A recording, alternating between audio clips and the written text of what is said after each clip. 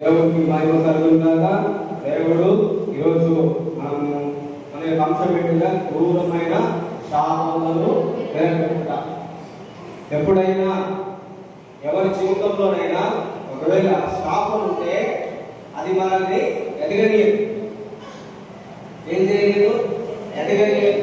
మనము దేవుడు నమ్ముకున్నా, ప్రార్థన చేస్తున్నా, ప్రాక్టికం తీసుకున్నా అది మనల్ని ఏం చేయదు, ఎదగనియదు. శాపం ఉంటే బైబిల్లో చాలా రకములైనటువంటి శాపములు ఉంది. కానీ ఈరోజు ప్రత్యేకంగా ఒక 4 శాపములను మాత్రమే తెలుసుకున్నాం. అంటే ఇది ప్రతి నెల మనకు ఇలాంటి ఉపవాస కోడిక నేను ఇప్పటి నుంచి ప్రతి నెల ఏంటంటే మనకు తెలియాలి. ఓన్లీ ఆదివారం నుంచి మాత్రమే దేవుని యొక్క వాక్యం విని వెళ్ళిపోతే అది దేవుడు మనల్ని ఎక్కువ సహవాసంలో నడిపేది. సో తప్పకుండా ప్రతి నెల ఉపవాసం కోడిక ఉంటుంది. ఇది ఒకరు వచ్చినా, ఇద్దరు వచ్చినా, ముగ్గురు వచ్చినా తప్పకుండా జరుగుతుంది. వస్తే మనకు ఆశీర్వాదం ఏంటంటే మీరేమనుకుంటున్నట్టు ప్రతి నెల 1వ తారీఖు మంచి ఉంటుంది, లేదంటే అంటే దేవుడిని ప్రతి నెల మొదటి రోజు అయితే బాగుంటుందేమో అని అనుకుంటున్నా. సో మరి ఏ రోజైనా దేవుడి కొరకు ఉపవాసంతో నుండి ప్రార్థన చేసే విధంగా మనము ముందుకు వెళ్తాం. సో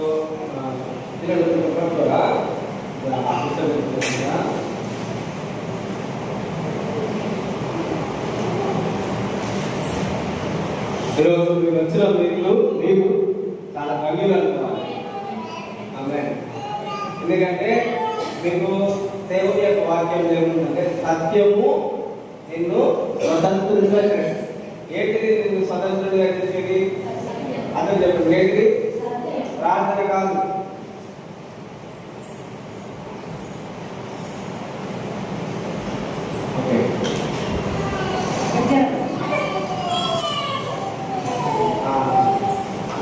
ఏంటిది మనల్ని స్వతంత్రుడిగా చేసేది? ఇట్లా డైరెక్ట్ ఇట్లా చూడాలి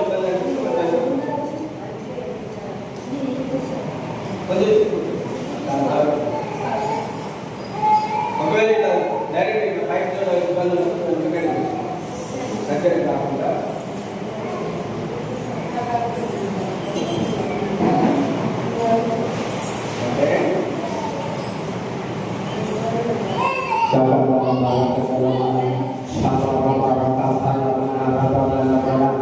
మీరు ఆత్మలో ప్రార్థన చేయాలి. ఎంతమంది చేస్తున్నారు? నివాసంలో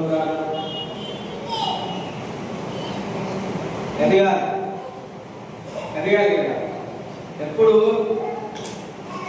చిన్నపిల్లలు స్కూల్కి పంపిస్తారు, ఏబిసిడి చాలా ఏబిసిడి చేస్తున్న సార్ అంటారు, అక్కడ దాపేస్తావా?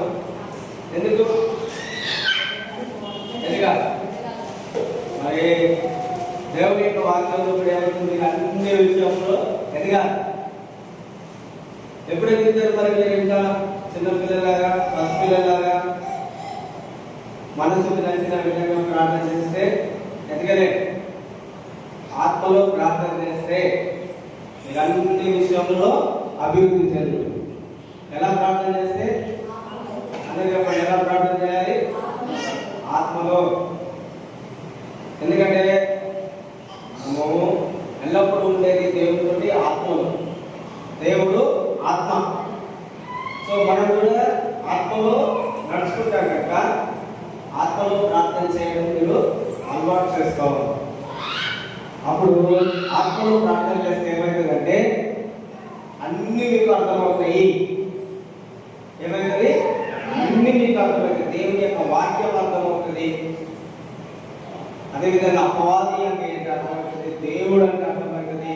అన్ని విషయంలో మనము అభివృద్ధి చెందుతాం. జ్ఞానం వస్తుంది. ఏమొస్తుంది? ముఖ్యంగా జ్ఞానం, తెలివి, వివేచన. పౌలు ఒక దగ్గర ఏం చెప్తాడంటే ఈ లోక సంబంధమైన జ్ఞానముతో కాదు. ఏ జ్ఞానం మనకు అవసరమైనది? దేవుని యొక్క జ్ఞానం. ఒక నిమిషం చూడండి. మొదటి 2వ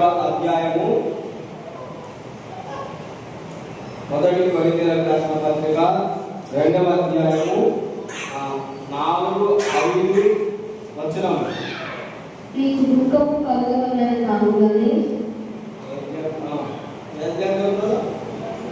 మొదటి కొరింథీయులకు రాసిన పత్రిక 2వ అధ్యాయము 4, 5 వచనం. మీ విశ్వాసము మనుష్యుల జ్ఞానము ఆధారం చేసుకొనక దేవుని శక్తిని ఆధారం చేసుకుని ఉండవాలని నేను మాట్లాడినను సువార్త ప్రకటించినను జ్ఞానయుక్తమైన తీయని మాటలను వినియోగింపగా పరిశుద్ధాత్మయు దేవుని శక్తియు కనపరచు దృష్టాంతములనే వినియోగించి. చూడండి, మన యొక్క విశ్వాసము ఏం ఆధారం చేసుకోవాలనుకున్నాడు? దేవుని యొక్క శక్తిని. మనుషుల శక్తితోటి నీ యొక్క విశ్వాసం నడవదు. అర్థమవుతుందా?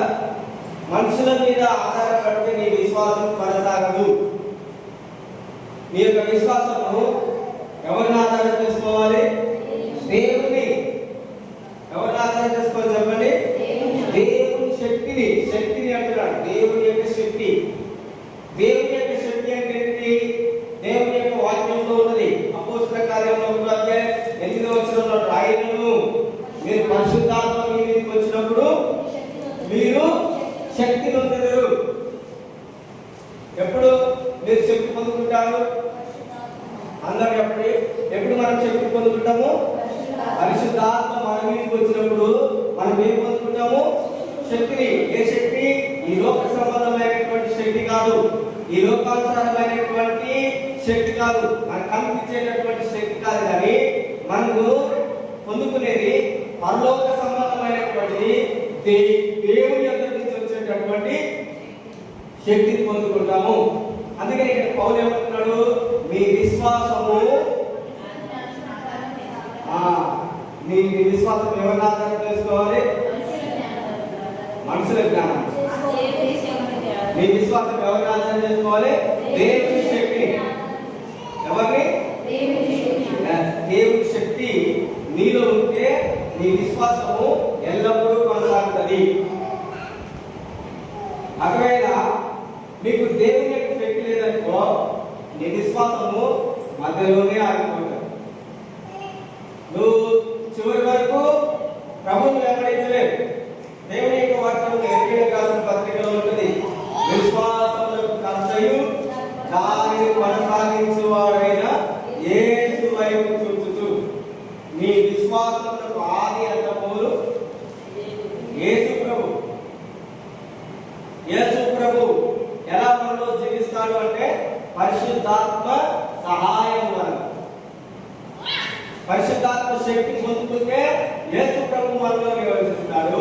అప్పుడు ఆయన మన యొక్క విశ్వాసం కర్త, దాన్ని ఎల్లప్పుడూ కొనసాగిస్తాడు.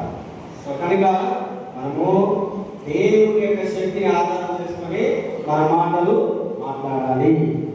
హల్లెలూయా, హల్లెలూయా, హల్లెలూయా, హల్లెలూయా. ఈరోజు మనము క్రూరమైన శాపమును విరగొట్టుట ఎలా? శాపము ఎవరి జీవితంలోనైతే ఉంటుందో వాళ్ళు వర్ధిల్లలేరు. అది దైవ సేవకులైనా, మామూలుగా విశ్వాసులైనా, అదేవిధంగా సాధారణంగా ఈ లోకానుసారంగా జీవిస్తున్నటువంటి ఏ వ్యక్తి జీవితంలోనైనా శాపములు ఉన్నట్లయితే ఆ కుటుంబము వర్ధిల్లదు. ఏం చేయదు? వర్ధిల్లదు. ఒక వ్యక్తి పైకి రాలేడు. ఉదాహరణకు దేవుని యొక్క వాక్యంలో ఉన్నది, మీరెంత సంపాదించినా కానీ మీ సంపాదన చిరిగిపోయిన సంచిలో వేసినట్టే ఉంటుందంటే అదేంటిది? అది శాపం. అదేంటిది? శాపం. మనం ఎంతో సంపాదిస్తున్నాం, ఎంతో కష్టపడుతున్నాం, కానీ నా కష్టము ఎక్కడ పోతుందో, ఏమైతుందో వ్యర్థమైపోతుంది. ఏంటిది? శాపము.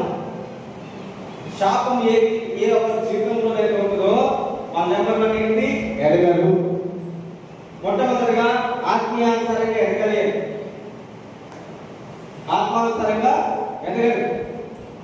వాక్యానికి, దేవుని యొక్క వాక్యాన్ని దేవుడికి ప్రాధాన్యత ఇవ్వరు. సాధారణంగా దేవుడి మందిరానికి వస్తారు, అదే విధంగా వెళ్ళిపోయినట్టుగా వారి జీవితము కనిపిస్తుంటుంది.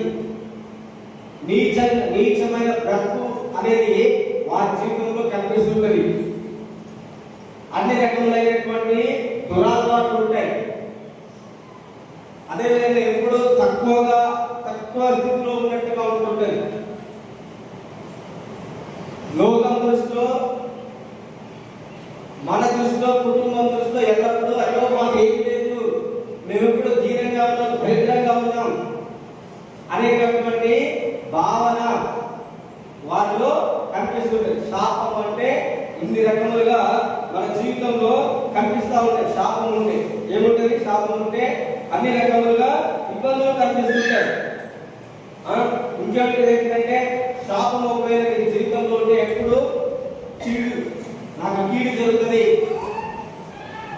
ఏం జరుగుతుందని ఆలోచిస్తారా? నాకు కీడు జరుగుతుందేమో, అయ్యో మీరు బండి మీద పోతున్నాం మాకేమైనా అవుతుందేమో, అయ్యో ఈరోజు మేము అధికంగా నమ్మినాం మాకేమైనా అవుతుందేమో. కొందరు అంటారు కదా, మేము ఎక్కువగా నమ్మినాం ఈరోజు ఏమైనా అవుతుందేమో. ఎవరు చెప్పారు కదంతా? ఎక్కువ నవ్వుతే మంచిదని దేవుడి యొక్క వాక్యం చెప్తుంది. సైతాన్ని ఈ రోజు నేర్పించింది, ఈరోజు నువ్వు ఎక్కువగా నమ్మినావు కదా ఏదో ఒక కీడు జరుగుతుందని చెప్తారు. ఇదేంటి? ఎవరి మాటది? అదే ఏంటి? మనం అదే దేవుని యొక్క వాక్యం నువ్వు ఏదైతే వింటావో అదే జీవితంలో జరుగుతుంది. ఇంకా ఇంకేముంటాయి? అవమానాలు వస్తాయి, అవమానం పడతాం. నేను ఎక్కడ పోయినా కానీ అలక్ష్యం చేస్తారు. ఏ పనులు అయినా నువ్వు ఏంటి ఏకాగ్రత ఉండదు. ఏ పని చేసినా కూడా ఏముంది అన్నట్టు లైట్గా తీసుకుంటాం. ఎన్నింటిది ఒక వ్యక్తి జీవితంలో శాపం ఉంటే, లేదంటే ఏ వ్యక్తి దగ్గర మనం వెళ్ళినప్పుడు ఎప్పుడు వాళ్ళ కింద అడిమ్మలిగి ఉండేటట్టు ఉండడం, అదేంటిది శాపము. అంటే ముళ్ళ పొదలు ఏం చేస్తుంది కదా, ఒక వ్యక్తిని అంచి వేస్తున్నది. అంటే అదేంటిది? శబ్దమైనటువంటి జీవితము. ఏంటిదని మీరు అర్థం చేసుకోవాలి. మాట్లాడుతూ అర్థం చేసుకోవడానికి మీరు ఇంత ప్రయాసపడి ఇక్కడికి వచ్చిన ప్రయాసపడి వచ్చింది ఏంటంటే దేవుని యొక్క వాక్యం విని దాన్ని మన జీవితంలో తెలుసుకోవడానికి. ఇది శాపం అనేది ఏంటిదంటే ఆపరేషన్. దాన్ని ఎలాంటి చెప్పండి? ఆపరేషన్ చేసేటప్పుడు ఏం చేస్తారు? ఒక బలమైన గడ్డలు కానీ అనవసరమైనది మన శరీరంలో ఉంటే అది మనకి ఏమైంది? బాధ కలిగిస్తుంది. అర్థమైంది? అనవసరమైనది నీ శరీరంలో ఏమైంది? బాధ కలిగిస్తుంది. ఆ బాధ తొలగిపోవాలంటే నువ్వు ఎంతో బాధపడాల్సి వస్తుంది. దానికోసం నువ్వు ఏం చేయాలి? గాయపడాల్సి కదా. ఆపరేషన్ అంటే ఏం చేస్తారు? నీకు గాయం లేదా? ఏం చేస్తారు? ఆపరేషన్ అంటే పుట్టిన ఇట్లా తీసేస్తారు. నువ్వు ఎంత ఎవరిని కూడా లోపలికి రావాలి, ఎంత సైలెంట్గా ఉండాలి, ఎంత కోఆపరేట్ చేయాలి, వాళ్ళు చెప్పేది అంత జాగ్రత్తగా వినాలి. ఇది కూడా అంతే. ఎవరైనా ఆపరేషన్ దగ్గరికి పోతే సైలెంట్ అన్నాడు. ఎందుకు? ఈ లోక సంబంధమైన వాటిని అంత నిర్వహిస్తుంటే దేవుని దగ్గరికి వచ్చేసరికి ఇష్టం వచ్చినట్టు ఆడుకోవడం, ఇష్టం వచ్చినట్టు ఎంజాయ్ చేయడం, అది దేవుని ధర్మపరుస్తున్నట్టు కాదు. ఏం చేస్తున్నట్టు? అది దేవుని ధర్మపరుస్తున్నట్టు కాదు. సో ఇది ఎలాంటిది? ఆపరేషన్. ఎలాంటి చెప్పండి? ఇది ఆపరేషన్ చేసేటప్పుడు నిద్రపోతున్నట్టు ఇష్టం అంత ఏకాగ్రతగా ఉండాలి, ఎంత జాగ్రత్తగా ఉండాలి. అప్పుడు మాత్రమే మీకు ఏం చేస్తారు? ఆపరేషన్ చేస్తారు. సో పర్ఫెక్ట్ ఉందంటే ఇప్పుడు ఈ వాక్యం వినేటప్పుడు నీ మనస్థితి, నీ మనసు చాలా ఏకాగ్రతగా ఉండాలి. ఒకవేళ నువ్వు ఏకాగ్రతగా లేకపోతే ఇప్పుడు నీకు చెప్పినది కూడా వేస్ట్ అవుతుంది, ఇక్కడ కూర్చున్నది కూడా వేస్ట్ అవుతుంది. ఎందుకంటే నేను మొట్టమొదటి ఏం చెప్తాను? సత్యం నిన్ను చెప్పండి, ఏం చేస్తుంది? నేను స్వతంత్ర ఏంటిది? నేను స్వతంత్రంగా ఫ్రీ విడుదల చేసేది ఏంటిది? వాక్యం. సత్యం అంటే ఏంటిది? వాక్యము. వాక్యము జాగ్రత్తగా వింటే ఆ వాక్యమే మీలో ఉన్నటువంటి శాపములని, దోషములని, రోగములని, బాధలని, వ్యాధులని అన్నిటిని కూడా తొలగించేస్తుంది, విడుదల చేస్తుంది. కాబట్టి సత్యం నేను ఏం చేస్తుంది? కాబట్టి సత్యం అనేది ఏం చేస్తుంది? అందరూ కాబట్టి సత్యములను స్వతంత్రుడిగా చేస్తుంది. సత్యములను స్వతంత్రుడిగా చేస్తుంది. మరి ఇక్కడ సత్యములను స్వతంత్రుడిగా చేస్తుంది. ఏంటిది స్వతంత్రుడిగా చేసేది? ఎక్కడ ఉంది వాక్యము? ఎక్కడ ఉంది? తెలియదు. యోహాను సువార్త ఎంతమంది చదివినా? అందరు చదివి కానీ అవసరం ఎక్కడో మనకి తెలియట్లేదు. స్వతంత్రుడికి ఎట్లయితే మరి వాక్యము నేను ఏం చేస్తుంది? మరి ఆ వాక్యం గుర్తు లేకపోతే ఆ వాక్యం నేను ఎలా విడుదల చేస్తుంది? రండి, యోహాను సువార్త 8వ అధ్యాయము ఎప్పుడు గుర్తు పెట్టుకోవాలి? 32వ వచనం. యోహాను సువార్త 8వ అధ్యాయము 32వ వచనం. అప్పుడు సత్యము మిమ్మల్ని స్వతంత్రుడుగా చేయునని. సత్యము నేను ఏం చేస్తుంది? నీ సత్యము తెలియనంత వరకు నువ్వు పథకంలో ఉంటావు. జాగ్రత్త. సత్యము నీకు తెలియడానికి రోజులు నువ్వు ఎలా ఉంటావు? బంధకములలోనే ఉంటావు. కానీ ఏ రోజైతే నీకు సత్యం తెలుస్తుందో ఆ దినమున నువ్వు స్వాతంత్ర్యము. అందుకని యేసుప్రభు చెప్తున్నది, సత్యము నువ్వు తెలుసుకో బాబు, సత్యం నువ్వు తెలుసుకోమ్మా. దేవుడు ఏమంటున్నాడు నీ గురించి? దేవుడు ఏం చెప్పిండో ఆ సత్యం ఏందో నువ్వు తెలుసుకుంటే నువ్వు అసత్యంలో జీవించవు, చీకటిలో ఉండవు. ఎక్కడ ఉండవు? చీకటిలో ఉండవు, అసత్యంలో ఉండవు. సత్యం ఏం చేస్తుంది? నీకు వెలుగును తీసుకొస్తుంది. సత్యం ఏం చేస్తుంది? నీకు అదే చెప్పండి. సత్యం నీకు ఏం చేస్తుంది? వెలుగు తీసుకొస్తుంది. సత్యమే లేకపోతే వెలుగు ఎలా వస్తుంది? వెలుగు రావాలంటే సత్యము నీలో ఉండాలి. సత్యం ఉన్నప్పుడే నీ జీవితంలో వెలుగు ఉంటుంది. వెలుగు అంటే నీకు స్వతంత్రం ఉంటుంది. అన్ని విషయంలో నీకు విజయం ఉంటుంది. హల్లెలూయా. కవి చెప్పండి, హల్లెలూయా, హల్లెలూయా, హల్లెలూయా. శాపం అంటే ఏంటిది? కొద్దిగా చూడడం, రెండు కొద్దిగా లెక్క కట్టడం. అందరూ నా వైపు. శాపం అంటే ఏంటిది? కొద్దిగా చూడడం. నేను అందరినీ చిన్న చూపు చూస్తారంటారా? అది శాపం అంటే. అది నీ జీవితంలో నువ్వు ఎక్కడికి పోయినా చిన్న చూపు చూడబడతావు. కొద్దిగా లెక్క చేస్తారు. విలువ అనేది ఉండదు, గౌరవం అనేది ఉండదు, అవమానపడతాం. అదే అబద్ధత ఉంటుంది మనకి ఎప్పుడు. అయ్యో నేను అక్కడికి ఎందుకు వెళ్ళాలి, వాళ్ళను ఈ విధంగా అనుకుంటారు, వాళ్ళని ఆ విధంగా అనుకుంటారు అనేది వ్యక్తి. ఏ వ్యక్తి జీవితంలో అయితే శాపం అనేది పనిచేస్తుందో ఆ వ్యక్తి ఈ విధంగానే ఉంటారు. కొంతమంది మాటలతో ఊరికే నిన్ను ఏం చేస్తారు? హింసిస్తుంటారు. అదే శాపం జీవితంలో ఉండడం వలన, శాపం జీవితంలో ఉంటే నీలో ఉన్న అధికారము చూడలేదు. శాపం ఏం చేస్తుంది? నీకు అడ్డుగా ఉంటుంది. నీకు దేవుడు అధికారం ఇచ్చిండు, కానీ అధికారాన్ని నిన్ను చూడలేదు. నువ్వు ఎక్కడికి వెళ్ళినా ఏం చేస్తుంది? నీకు మాట్లాడలేదు, నీకు విలువలేదు. ఇవన్నీ ఇంకా రకరకాలుగా, లేదంటే నీ గురించి చెడ్డగా మాట్లాడుతుంటారు. మనమే మాట్లాడడం ముందుగానే అనుకుంటారు, నా గురించి చెడుగా మాట్లాడతారేమో అని, నా గురించి తప్పుగా అనుకుంటారేమో అని. ఏంటంటే శాపములకు ఒక కారణం. లేదంటే దూషిస్తుంటారు, లేదంటే శిక్షిస్తుంటారు. దేవుని యొక్క వాక్యంలో ఉంది, యేసుప్రభు మనందరి కొరకు ఎందుకు శాపమైనాడు? ఆయన మనందరి శిక్షను భరించింది కనుక. ఏమైండు? యేసుప్రభు మనందరి కొరకు ఎందుకు శిలువను భరించిందంటే ఆయన మన యొక్క శిక్ష, మన యొక్క శిక్ష అనేది శాపము. ఆ శాపము మన మీదకి వచ్చింది కనుకనే ఆయన మనందరి కొరకు రక్షించబడ్డాడు. అదేవిధంగా నీ జీవితంలో శాపములు ఉంటే, దూత శిక్షలు, శాపములు ఇలాంటివన్నీ మన జీవితంలో కనబడుతూ ఉంటాయి. ఎప్పుడు నేను చెప్పాగా, ఎప్పుడు శాపం నీ జీవితంలో ఉంటే ఎప్పుడు కూడా చెడు ఆలోచనలే వస్తుంటాయి. ఏమొస్తుంటాయి? చెడు ఆలోచనలే. ఏదైనా మీ దాని దగ్గరికి పోతే ఏమవుతుందో, అక్కడికి వెళ్తే ఏమవుతుందో, నీ ఆలోచనలన్నీ చెడు ఆలోచనలే ఉంటాయి. ఒకటి కూడా మంచి ఆలోచన అనేది రాదు. పడుకున్నా కానీ చటకాలు రావడం, ఇవన్నీ దేనికి కారణము? శక్తి జీవితంలో కారణము.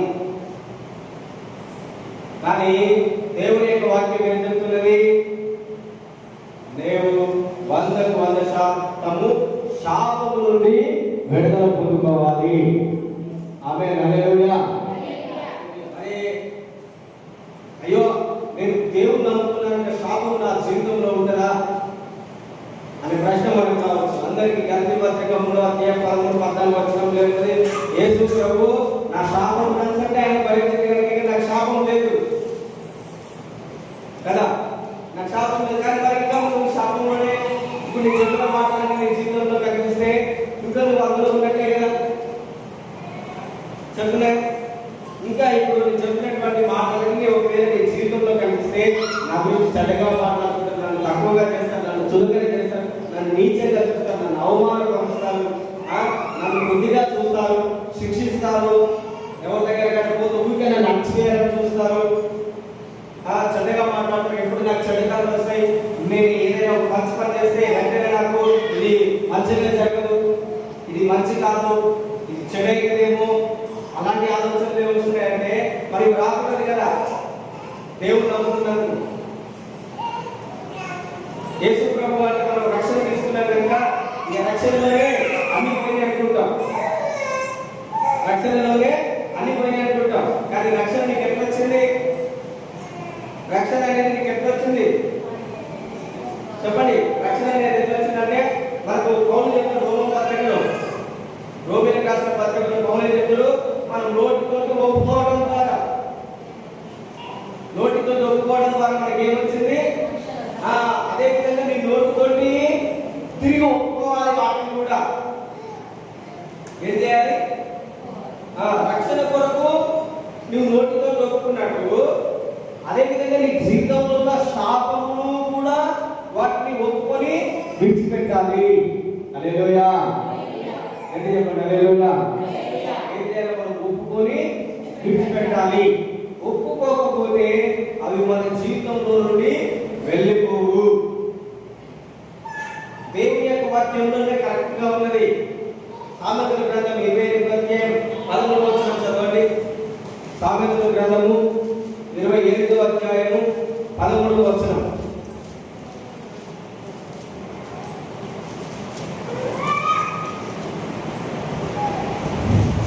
సామెతలు 28:13.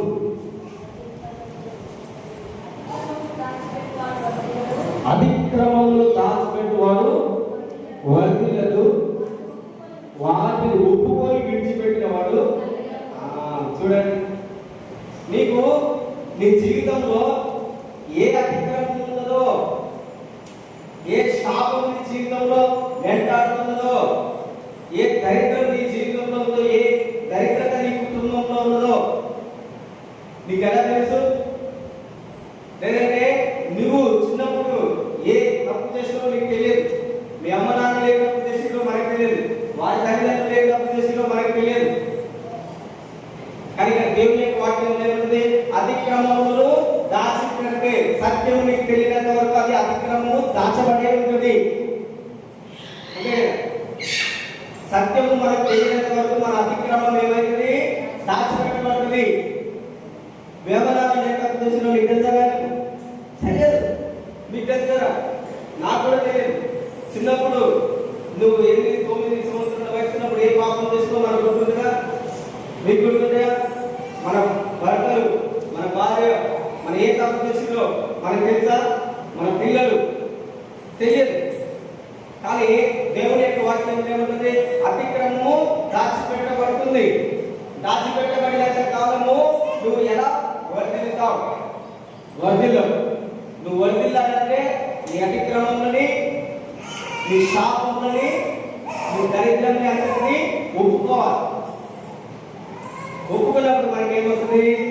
కనికరము. యేసు ప్రభువుల సొంత రక్షకుడు నేను ఒప్పుకున్నాను కనుక ఆయన న్యాయాన్ని కనికరించి ఆయన నాకు రక్షణ ఇచ్చిండు. కానీ రక్షణ వచ్చింది, కానీ రక్షణ ఒకటే నేను ఒప్పుకున్నా, నా సొంత రక్షకుడని ఆయన విశ్వసించా. కానీ నా తల్లిదండ్రులు చేసిన పాపం నేను ఒప్పుకోలేదే. దానియేలు నీతిమంతుడా కాదా? నీతిమంతుడు. నెహెమ్యా నీతిమంతుడా కాదా? నీతిమంతుడు. ఎజ్రా నీతిమంతుడా కాదా? నీతిమంతుడు. కానీ వాళ్ళని చూడండి, దేవుని యొక్క వాక్యంలో చూడండి, దానియేలు గ్రంథం 9వ అధ్యాయము, దానియేలు 9వ అధ్యాయము, వాళ్ళు ఆయన ఏమంటున్నాడు చూడండి. మేము మా పితరులము 11వ వచనం చదవండి. చదువురా. మోషే ధర్మశాస్త్రములు రాసిన కీడంతయు మాకు సంభవించను, మేము మా చెడు నడవడి మానకపోతిమి. మేము ఏమంటున్నాడు? మేము ఆయన 10వ వచనంలో మేము మా దేవుడైన యెహోవా మాట వినకపోతిమి. 11వ వచనంలో మేము పాపం చేసి కనుక నీవు శపించదవని నీవు నీ దాసులకు మోషే ధర్మశాస్త్రములు ప్రమాణం చేసినట్లు ఆ శాపము మా మీద కుమ్మరించితివి. అదేవిధంగా 7వ వచనంలో ఏమంటున్నాడు? ప్రభువా నీవే నీతిమంతుడు, మేమైతే సిగ్గు చేత ముఖ వికారములు లేవను, మేము నీ మీద తిరుగుబాటు చేస్తుంది, దానిని బట్టి నీవు సకల దేశంలో మమ్మల్ని తరిమితివి. చూడండి, సిగ్గు, శాపము, పాపం ఉంటే మన జీవితంలో ఏం కనిపిస్తుంది? సిగ్గే కనిపిస్తుంటది. నా వైపు చూడండి. సిగ్గు ఎందుకు వస్తుంది? పాపము. అవ్వ ఆదాంకి ఏమొచ్చిందంటగా? సిగ్గు. ఎందుకు సిగ్గు పడ్డారు వాళ్ళు? పాపం చేసినందువలన. ఏ పాపం చేసినారు వాళ్ళు? దేవుడి మాట వినలేదు. దేవుడి మాట వినకపోయినందువలన వాళ్ళకి ఏమొచ్చింది? సిగ్గు వచ్చింది. ఆ తర్వాత ఏమొచ్చింది? దేవుడి యొక్క శాపం వచ్చింది. దేవుడు శపించిందా లేదా వాళ్ళు? చెప్పండి. శపించండు. చూడండి, శాపము. శాపము నీ జీవితంలో ఉన్నంతకాలం వరకు మన యొక్క ముఖములకు సిగ్గే, ఎక్కడ వెళ్ళి సిగ్గుపడుతూనే ఉంటావు, అవమానం పడుతుంటాము. ఇక్కడ దానియేలు చెప్తున్నాడు. ఇక్కడ దానియేలు పాపం చేయలేదు. దానియేలు ప్రవక్త, న్యాయసేవకుడు, ఆయన ప్రభుకి ముమ్మారు ప్రార్థన చేసేటటువంటి వ్యక్తి. అయినా కానీ దానియేలు ఏం చేస్తున్నాడు? తనని తాను తగ్గించుకొని, మరి నువ్వు చయ్యో నేనే పాపం చేయలేదు కదా, నేనే పాపం చేయలేదు కదా, నా జీవితంలో ఎందుకు శాపం ఉన్నది అంటే దేవుడు ఏమంటున్నాడంటే నీవు మాత్రమే కాదు, నీ పితరులు పాపం చేసినా, దేవుని యొక్క వాక్యం వినకపోయినా, మన రక్త సంబంధికులు దేవుని యొక్క మాట ప్రకారం నడుచుకోలేకపోయినా అది మన జీవితం పైన ఏం చూపిస్తుంది? ప్రభావం. ఒక కుటుంబంలో ఒక వ్యక్తికి ఏదైనా బాధ కలిగితే, ఒక వ్యక్తికి ఏదైనా యాక్సిడెంట్ అయితే ఆ కుటుంబం అంతా సంతోషంగా ఉంటుందా? ఏం చేస్తారు? ఆ కుటుంబం అంతా బాధపడుతుంటారు. అదే విధంగా ఒక వ్యక్తి మన కుటుంబంలో శాపం తెచ్చినా కూడా మన జీవితంలో, మన కుటుంబంలో ఉన్న వాళ్ళందరూ ఏం చేయాల్సి వస్తుంది? బాధపడాల్సి వస్తుంది. అందుకే ఇక్కడ దానియేలు ఏమనుకుంటున్నాడు? ప్రభువాను పాపులను పాపులమని ఎప్పుడైతే మేము అన్న దగ్గర దానియేలు ఒక్కడే ప్రార్థన చేసుకుంటే ఏమన్నా నేను, కానీ నేను అంటున్నాడా? మేము అంటున్నాడా? మేము అంటే ఏం చేస్తున్నాడు? అందరినీ ఇంక్లూడ్ చేస్తున్నాడు. అదే విధంగా నీవు కూడా నీ జీవితంలో వర్ధిల్లంటే కారణం ఏంటంటే పాపం ఉన్నది. హల్లెలూయా. ఏమున్నది? మన జీవితంలో శాపములు ఉన్నాయి. ఆ శాపం ఏం చేయదు? ఎదగనీయదు. సిగ్గుపడతాము. ముఖము ఎక్కడ పోయినా సిగ్గే కలుగుతుంది వరకు. అందుకే మన శాపములను మనం వెలగొట్టుకున్నప్పుడు మన జీవితంలో మనం వర్ధిల్లుతాం. ఈరోజు ప్రాముఖ్యం యొక్క 4 శాపముల గురించి మీకు చెప్తాను. శాపములను 4 రకాలుగా ఉంటాయి. ఆ 4 చెప్తా. ఇప్పుడు టైం 12:30 అవుతుంది. మనం మధ్యలో ఒక బ్రేక్ ఇస్తా. బ్రేక్ తర్వాత మనము ప్రార్థనలోకి నడుస్తాం. ఎందుకంటే ఎందుకు ప్రార్థనలు నడవాలంటున్నాను ఎదురా నెహెమ్యా గ్రంథము 9వ అధ్యాయము ఏం చేసిందో చూడండి. నెహెమ్యా 9వ అధ్యాయము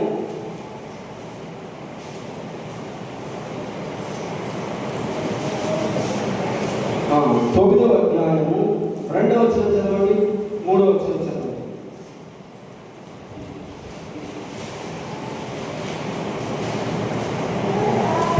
చదవండి. నెహెమ్యా 9వ అధ్యాయము 2వ వచనం. ఇశ్రాయేలీయులు అన్యజనులందరిలో నుండి ప్రత్యేకింపబడిన వారై నిలువబడి తమ పాపములను ఒప్పుకొనిరి. మరియు వారు ఒక జాము సేపు తాగున్న చోటనే నిలువబడి తమ దేవుడైన యెహోవా ధర్మశాస్త్ర గ్రంథమును చదువుచూ వచ్చిరి. ఒక జాము సేపు తమ పాపములను ఒప్పుకొనుచు దేవుడైన యెహోవాకు నమస్కారం చేయుచూ వచ్చిరి. చూడండి, ఒక గంట సేపు జామ అంటే ఒక గంట కదా, 3 ఒక 3 ఈ రోజుల్లో 3 గంటలు వాక్యం కదా, 45 నిమిషాలు గంట ఏంటంటే ఎప్పుడైనా పోవాలని చూస్తుంది. అంతేనా? గంట సేపు అయిందంటే మా ఇంటి దగ్గర పనున్నది అదున్నది అయిపోతుంది. ఎప్పుడైతే నువ్వు దేవుని యొక్క వాక్యాన్ని ఎంత నిర్వహిస్తావో అంతగా దేవుడిని హెచ్చిస్తాడు. అందుకే దేవుని యొక్క వాక్యం ఏమిటంటే యెహోవా ధర్మశాస్త్రమును దీవారాత్రం ధ్యానించేవాడు ధన్యుడు. ధన్యుడు అంటే అర్థం ఏంటంటే ఇంగ్లీష్ ఏమిటంటే బ్లెస్డ్. బ్లెస్డ్ అంటే ఆశీర్వదించబడ. నువ్వు ఆశీర్వదించబడాలంటే దేవుని యొక్క వాక్యమును చదవడం రాకపోతే దేవుని యొక్క వాక్యాన్ని వింటే ఆ వాక్యమే నీకు ఆశీర్వాదాలను తీసుకుని వస్తుంది. హల్లెలూయా. హల్లెలూయా. వీళ్ళేం చేసినట్టు ఒక జాము సేపు వారు దేవుని యొక్క వాక్యం విన్నారంట. ఒక జాము సేపు ఏమో తమ పాపములని ఒప్పుకున్నారు. ఎన్ని గంటలు ఉన్నారు వాళ్ళు దేవుని సన్నిధిలో? మొత్తం ఎన్ని గంటలు? 6 గంటలు. ఒక జాము సేపు ఏం చేసిరా?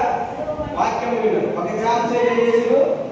పాపములను ఒప్పుకున్నారు. అంటే ఒక జాములో 3 గంటలు, 3 ఎంత? 6 గంటలు. ఈరోజు 6 గంటలు ప్రార్థనలో ఉంటారా? కనీసము నెలకి ఒక్కరోజైనా 6 గంటలు ప్రార్థన చేశారా? 6 గంటలు ప్రార్థన చేయాలి. 6 గంటలు ప్రార్థన చేయాలి కనీసం ఒక్కసారి. 6 గంటలు అన్ని భాషల్లో ప్రార్థన చేసేవాళ్ళని ఒకరోజు స్టార్టింగ్ లో మామూలు వ్రతం పాటించేవాళ్ళు. ఎవరితో అదే ఫాస్టింగ్. ఫాస్టింగ్ అంటే ఎవరితో మాట్లాడుకుంటూ ఫాస్టింగ్. ఎవరితో మాట్లాడాలి? దేవుడితో మాత్రమే మాట్లాడాలి. ఆ రోజు ఇవన్నీ అన్ని చేతులందరూ దేవుడి నుంచి కాపీ పడతాయి. కొంతమంది పౌరులు 3 వ్రతాలు చేస్తారు కదా. దేవుడి మీరు కూడా చేయండి. మీరు మాట్లాడితే ఆ రోజు దేవుడితోనే మాట్లాడితే దేవుని యొక్క వాక్యమే మాట్లాడాలి. ఎవరితో మాట్లాడదు.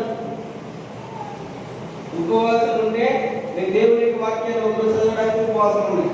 ఉపవాసం అంటే కేవలం ఉపవాసం దేవుని యొక్క మందిరంలో వచ్చి ఉపవాసం ఉండడం కాదు. ఉపవాసం అంటే దేవుని యొక్క వాక్యం చదవడానికి ఉపవాసం ఉండండి. ఈ యొక్క నెహెమ్యా గ్రంథం ఒక్కటే చదవాలి. ఆ నెహెమ్యా గ్రంథం అయిపోయేంత వరకు నువ్వు ఉపవాసం ఉండంతే. అందులో ఉన్న సారాంశం అంతా అర్థమయ్యే వరకు ఉపవాసం ఉండు. అర్థం కావాలి. అది ఉపవాసం. ఉపవాసం అంటే దేవుని యొక్క మందిరంలో కొంచెం 2 పాటలు పాడి వాక్యమే నిలుపుని అన్నం తినడం ఉపవాసం కాదు. ఉపవాసం అంటే దేవునితో సహవాసం చేయడము. వ్యక్తిగతంగా నీకు దేవునితో సహవాసం ఉండాలి. హల్లెలూయా. అంటే హల్లెలూయా. ఈరోజు ఒక 3:30 వరకు 1 వరకు 1:30 వరకు దేవుని యొక్క వాక్యం. ఆ తర్వాత జస్ట్ చిన్న బ్రేక్. ఆ తర్వాత మనం ఏదైతే వాక్యంలో నేను చెప్తున్నానో ఆ యొక్క పాపములను మీరు ఒప్పుకోవాలి. ఒప్పుకొని ఏం చేయాలి? విరగొట్టాలి. విరగొట్టిన వాటిని ఏం చేయాలి? వెళ్ళగొట్టాలి. ఇంకా మీ జీవితంలో కనబడదు. హల్లెలూయా. వెరీ ఆపరేషన్ చాలా చెప్పండి అందరూ వెరీ ఈజీ అనేది చెప్పండి. చాలా సులభం. ఏంటి సులభం? శాపము విరగొట్టడము చెప్పండి చాలా సులభం. Very easy.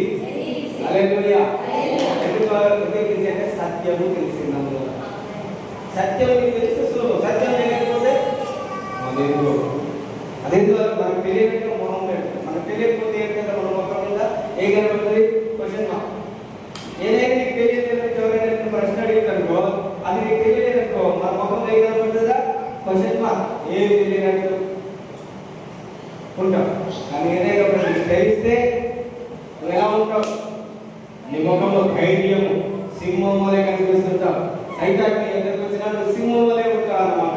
సత్యం నీకు తెలిస్తే సత్యం నీకు తెలియనంత వరకు నువ్వు పిరికి వాడిగా భయపడతావు. దయ్యం వచ్చినా దురాత్మ వచ్చినా ఏది వచ్చినా నువ్వు పిరికి వాడిగా ఉంటావు. కానీ సత్యం నువ్వు తెలుసుకున్న రోజున నీ ముఖంలో దేవుని యొక్క మహిమ కనబడుతుంది. హల్లెలూయా. హల్లెలూయా. శాపము అంటే ఏం చెప్తుందా? శాపం అంటే ఏంటి? నీచంగా చూడడము, అవమానపడము, తక్కువ చేయడము, శపించడము, రకరకాల అర్థాలను చెప్పడం. చెడ్డగా మరొక పనిగా చెడుగా ఎట్టుకోవడం, ఎక్కువ చెడుగా అవ్వడం, అవతల అనుకోవడం, పడుకున్నాక ఏమైతుందో అనుకోవడం, ఏదైనా దాన్ని అయిపోతే ఏమైతుందో అనుకోవడం. ఏంటంటే నీ జీవితంలో శాపం అనేది పనిచేస్తే అవన్నీ మన జీవితంలో ఒకరితో ఒకరు మంచిగా ఉండకపోవడం, మన పక్క వాళ్ళతో సంబంధంలో మంచిగా ఉండకపోవడం, రిలేషన్స్ మన యొక్క స్నేహితుల మధ్యన కావచ్చు, లేదంటే బంధువుల మధ్యన కావచ్చు, ఏంటిది సరిగ్గా ఉండకపోవడం, లేదంటే ఇంకొక విధంగా చెప్పాలి ఎక్కడికి వెళ్ళినా అక్కడ చిరకాలం మనం అక్కడ ఉండకపోవడము, ఒకదాని నుంచి ఇక్కడ బాగలేదు వేరే దగ్గర, ఇక్కడ బాగలేదు వేరే దగ్గరికి, ఇట్లా ఏంటంటే అది శాపం నీ జీవితంలో ఉన్నది అన్నట్టు. ఏంటిది? దేశ దిమ్మరిగా అయిపోతుంది అన్నమాట దానికి అర్థం. ఎవరిని చెప్పించింది దేశ దిమ్మరి అని? దేవుడు కయ్యిని దేవుడు ఏమన్నాడు? ఒక దగ్గర ఉండవు, నువ్వు ఇక ప్రయాణం చేస్తే అక్కడ ఇక్కడ ఎక్కడ నెమ్మది ఉండదు. అంటే ఒక దగ్గరికి వెళ్ళి అక్కడ సంతోషంగా, ఇంకో దగ్గరికి వెళ్ళి అంటే ప్రాబ్లం మనదా వాళ్ళదా? వాళ్ళు ఎక్కడ ఉందో అక్కడ కానీ మనమే అక్కడ దేశ దిమ్మరి శాపం మన జీవితంలో పనిచేస్తున్నట. శాపమును మనము విరగొట్టాలి. హల్లెలూయా. హల్లెలూయా. ఎన్ని ఇంకా రకరకాలు చాలా ఉంటాయి. ఈ యొక్క శాపములను విరగొట్టడంలో మీకు చాలా చెప్తాను. అవన్నీ మనం తెలుసుకొని ఏం చేయాలి? విరగొట్టాలి. హల్లెలూయా. 4 రకాల శాపములు చాలా ఉన్నాయి బైబిల్లో. కానీ ప్రత్యేకంగా 4 రకములైనటువంటి శాపముల గురించి మాత్రమే నేను ఈరోజు మీకు చెప్తాను. మొట్టమొదటి రాసుకోండి. ఇందులో మీకు ఏ జ్ఞాపకం వచ్చినా యాడ్ చేసుకోవాలి. ఏ జ్ఞాపకం వచ్చినా యాడ్ చేసుకోవాలి. బుక్ మెయింటైన్ చేయండి. ప్రార్థన చేసేటప్పుడు నేను చెప్తాను ఎలా చేయాలో. సో ఫస్ట్ వన్ ఏంటంటే మన స్వంత పాపము. మన సొంత పాపము. శాపములు ఎలా వస్తాయి? శాపములు ఎలా వస్తాయి? మొట్టమొదటి ఏంటంటే మన స్వంత పాపముల వలన. రెండవది రాసుకున్నారా? రెండవది మన తల్లిదండ్రుల పాపముల వలన. తల్లిదండ్రుల పాపముల వలన.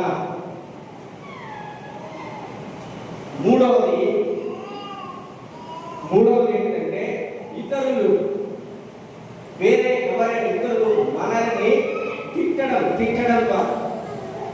తిట్టడం అంటే ఏంటంటే శపించడము, దూషించడము.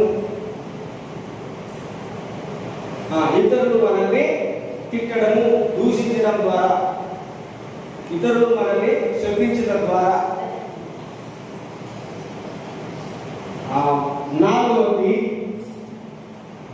నాలుగవది మన తల్లిదండ్రులు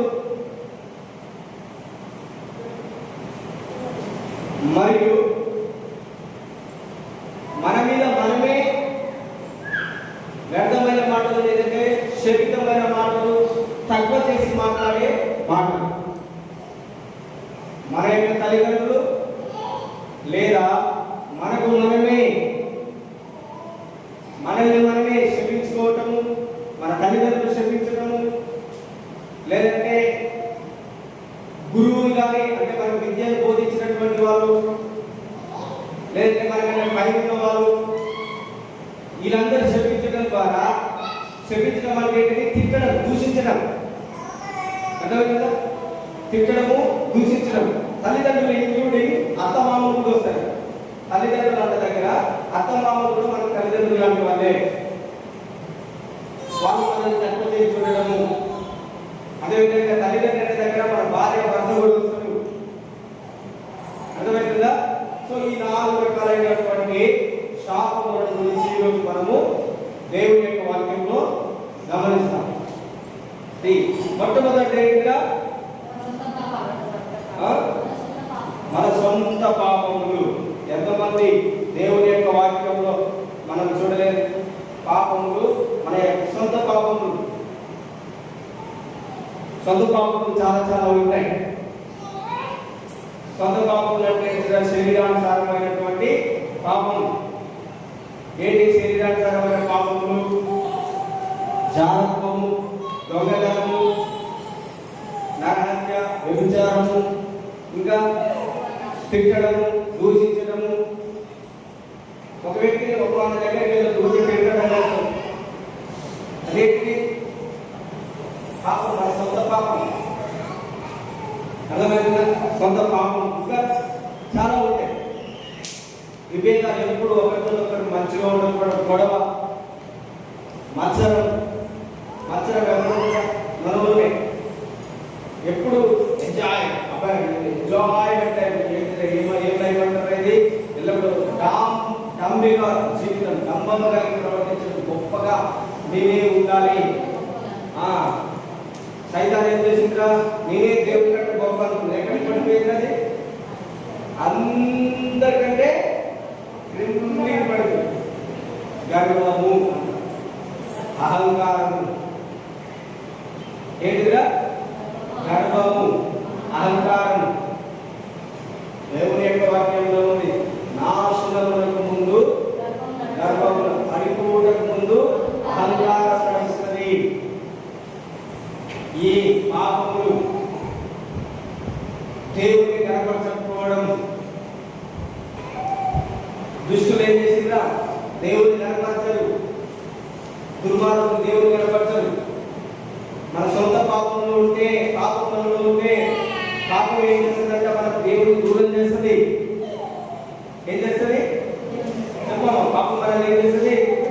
దూరం చేస్తుంది. పాపం ఇప్పుడు నిన్ను దేవుడిని చూడనీయదు, దేవుడికి దగ్గర రానియదు. చాలా మంది ఎవరు ఈరోజు దేవుడి యొక్క మందిరంలోకి రాలేకపోవడానికి ఆదివారం జరిగిన కారణం ఏంటంటే పాపము. ఏంటి పాపం అంటే? ఎంజాయ్ చేయాలి, లేదంటే సినిమాలు చూడాలి, లేదంటే ఏ దేవుడి మందిరంలో కూర్చోవడం అని చాలా మంది ఏం చేస్తారు? దేవుడి దగ్గరికి రాలేదు. వాక్యం చదువుకోవడానికి కారణం ఏంటి? వారి యొక్క విడితనము. దేవుడి యొక్క వాక్యం లేకుంది అవిశ్వాసులైన వారి యొక్క మనోనేత్రములను ఈ లోక దేవత వారికి విడితనం కలిగజేస్తుంది. దేవుడి యొక్క వాక్యం లేకపోవడం ఇవన్నీగా మన యొక్క సొంత పాపం. ఇంకేంటంటే దేవుడు చెప్పినది ఏదైనా దానికి విరోధంగా మనం చేస్తే అది మనము పాపం చేసినట్టే. ఏంటిది? దేవుడు చెప్పిన ఏ పనికైనా వ్యతిరేకంగా మనం చేస్తే, దేవుడు ఏ పని చెప్తే దేవుడు ఇది చేయొద్దు అంటే అది మనం చేస్తే అదేంటిది? మన జీవితంలో పాపము. దేవుని యొక్క వాక్యంలో ఆధ్యాత్మికమే పాపము. అంటే దేవుడు ఇది చేయొద్దన్నాడు, కానీ మనం ఏం చేస్తున్నాము? అదే చేస్తున్నాం. అదే చేస్తే అదేంటి? మన జీవితంలో పాపం తీసుకొస్తుంది. పాపం వల్ల ఏమొస్తుంది? మరణం వస్తుంది. పాపం వల్ల ఏమొస్తుందిరా? మరణం. నీ వ్యక్తిగత పాపం వలన నీవు నశించిపోతావు. మన సొంత పాపములు మన జీవితంలో మనల్ని ఎదగకుండా చేస్తాయి. దేవుని యొక్క వాక్యం యెషయా గ్రంథంలో ఉన్న నీ యొక్క పాపములే. చూడండి, యెషయా గ్రంథం 52వ అధ్యాయం 2-3 వచనం చదవండి. యెషయా గ్రంథము 58వ అధ్యాయం 2వ వచనంలో వచ్చిన చదవండి. తమ దేవుని న్యాయాన్ని విడువగా ఈ 59వ అధ్యాయం ఈ పాపములు 1-2 వచనంలో వచ్చిన రక్షింపలేనట్లు ఎక్కువ వాస్తవం రుచి కాలేదు, వినలేనట్లు ఆయన చెవులు మందము కాలేదు. ఈ మీ దోషములు మీకును మీ దేవునికి అడ్డముగా అడ్డముగా వచ్చును. ఈ పాపములు ఆయన ముఖమును మీకు మరుగుపరచను కనుక ఆయన ఆలకింపకున్నాడు. జాగ్రత్తగా దేవుని యొక్క వాక్యం మళ్ళీ చదవండి. మీ దోషములు మీకును మీ దేవునికి అడ్డముగా వచ్చును. దేవునికి నీకు అడ్డం వచ్చేది చెప్పండి. మన యొక్క దోషములు, మన యొక్క అతిక్రమములు, మన యొక్క పాపములు ఎవరికెవరికి అడ్డం వస్తున్నాయి? దేవునికి నాకు. మొన్న రీసెంట్ గా చంద్రగ్రహణం పట్టింది. దేని వల్ల ఎవరెవరికి అడ్డం వచ్చిందా? భూమి సూర్యుడికి చంద్రుడికి మధ్యలో రావడం వల్ల అది ఏమైపోయింది? సూర్యుడు చంద్రమామ ఏమైపోయిందిరా? ఎర్రగా అయిపోయిందని దేవుడు చెప్తున్నాం. ఒకవేళ ఈ భూమి కనుక ఆ చంద్రుడికి అడ్డం రాకపోతే వెలుగు వస్తుంది, అంతేనే కదా. ఒకవేళ ఈ భూమి చంద్రుడికి సగం అడ్డం వస్తే సగము ఏమవుతుంది? ఎడగా మారుతుంది. అదేవిధంగా నీకు దేవుడికి ఎన్ని పాపములు అడ్డుగా ఉంటాయో అంతగా నీ జీవితంలో చీకటి ఉంటుంది. అర్థమైందా? నేను దేవునికి ఎంత వ్యతిరేకంగా నడుచుకుంటామో అంత వ్యతిరేకంగా మన పాపములు పెరిగి అవి మనకు దేవునికి అడ్డుగా ఉంటాయి. అప్పుడు మనల్ని దేవుడు ఏమంటే నువ్వు ప్రార్థన చేసినా అవి ఆయనకు ఆలకించకుండా ఈ అడ్డుగా ఉంటాయి. ఈ అడ్డుగా ఉంటాయి. ఇది ఏంటిది? శాపము. పాపము శపితము తీసుకొస్తుంది. ఆ శాపం ఏం చేస్తుంది? నేను ఎరగనియదు.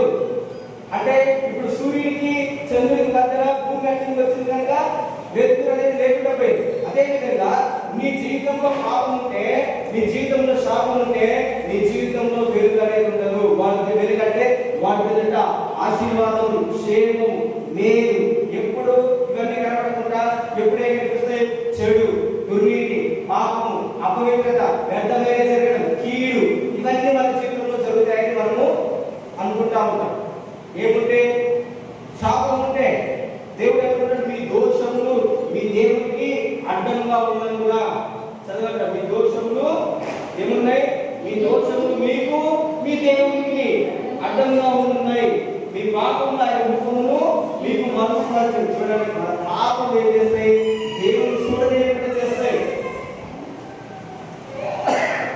ఏం చేస్తారా? నీ పాపం ఏం చేస్తుంది? దేవుని నిన్ను చూడలేదు. దేవుని చూడకుండా ఏం చూస్తావు? మరి దేవుని చూడవు, మరి ఏం చూస్తావు? పాపము ఏంటి? నీకు ఏం చూపిస్తుంది? అన్ని రకాల ఎంటర్టైన్మెంట్స్. అదేవిధంగా అన్ని రకములైనటువంటి ఎంటర్టైన్మెంట్స్ ఈ రోజులలో అన్ని రకములైనటువంటి ఎంటర్టైన్మెంట్స్ కనబడుతుంది. వాటి యూట్యూబ్ పిల్లలు లేదు, పెద్దలు లేదు, ముసలాలు లేదు, ఎవరైనా వాటికి ఏమవుతుందన్నా అట్రాక్ట్ అయిపోతుంది. ఎంటర్టైన్. ఏం ఎంటర్టైన్ చేస్తున్నాము? ఏంటిగా మనం ఎంటర్టైన్ చేసేది? మన యొక్క బాడీని, మన యొక్క మనస్సుని. అర్థమైందా? ఏంటిది ఎంటర్టైన్ అయ్యేది? నీ జీవితంలో నీ స్పిరిట్ కాదు, నీ ఆత్మ కాదు. నీ ఆత్మ దుఃఖపడుతుంటది. దేవుడు నమ్ముకున్న తర్వాత నీ ఆత్మ ఒడ్డుతుంది కంటే నీ ఆత్మ ఏమవుతుంది? దుఃఖపడుతుంది. కానీ ఏంటిది? ఈ వ్యర్థమైన చూడడం వల్ల ఎంటర్టైన్ అయ్యేది అంటే మొట్టమొదటి నీ బాడీ ఎంటర్టైన్ అయ్యేది, ఆ తర్వాతకి నీ యొక్క మనస్సు ఉల్లాసంగా ఉత్సాహంగా ఉండేది. ఏంటి? నేను మనస్సు మాత్రమే. మనస్సుకి ఏమొస్తుంది? రకరకములైనటువంటి చెడు ఆలోచన, పాపం అంతా ఈ మనస్సులోనే ఉంటుంది. హల్లెలూయా. సో దేవుడికి ఏమంటున్నాడు? మీ పాపములు మీకు మీ దేవుడికి అడ్డంగా వస్తాయి. ఏం చేస్తుంది? నీకు దేవుని చూడకుంటే దేవుడు నిన్ను ఎలా ఆశీర్వదిస్తాడు? నీ దేవుడిని ఎలా నీవు ప్రార్థన చేసినా నీ ప్రార్థన ఎలా జవాబు వస్తుంది? నీవు ఎలా పైకి ఎదుగుతావు? ఎదగకుండా చేస్తుంటే అన్నమాట. హల్లెలూయా, హల్లెలూయా. కొన్ని పాపములు మనం వెళ్ళకూడదు, స్కూల్కి వెళ్ళడం వల్ల వస్తాయి. కొన్ని పాపములు ఏం చేస్తాయా, మనం వెళ్ళకూడనటువంటి చోటు వెళ్ళకూడదు, కానీ అలాంటి చోట వెళ్ళడం వల్ల పాపములు వస్తాయి. విగ్రహారాధన దగ్గరికి మనం వెళ్ళకూడదు, అలాంటి వాటి దగ్గరికి వెళ్తే మనకి ఏమొస్తుంది? శాపం వస్తుంది. సమాధుల దగ్గరికి వెళ్ళకూడదు. ఒకవేళ వెళ్ళినా యేసు రక్తములో నీపైన కప్పుకొని వెళ్ళాలి. ఎందుకంటే అక్కడ దురాత్మలు, ప్రేతాత్మలు, చచ్చిపోయిన దయ్యములు అనేవి అక్కడ నివసిస్తాయి.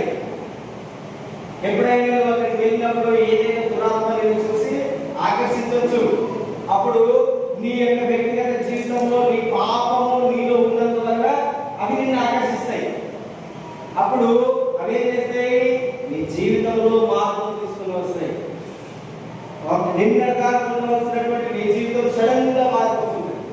అప్పుడు వెంటనే అర్థం చేసుకోవాలి, నిన్న ఒక విధంగా ఉన్నటువంటి వ్యక్తి ఈ రోజు సడన్ గా ఈ క్షణంలోనే ఇప్పటి నుంచే ఇక్కడ మార్పు వచ్చిందనే కారణం ఏంటి?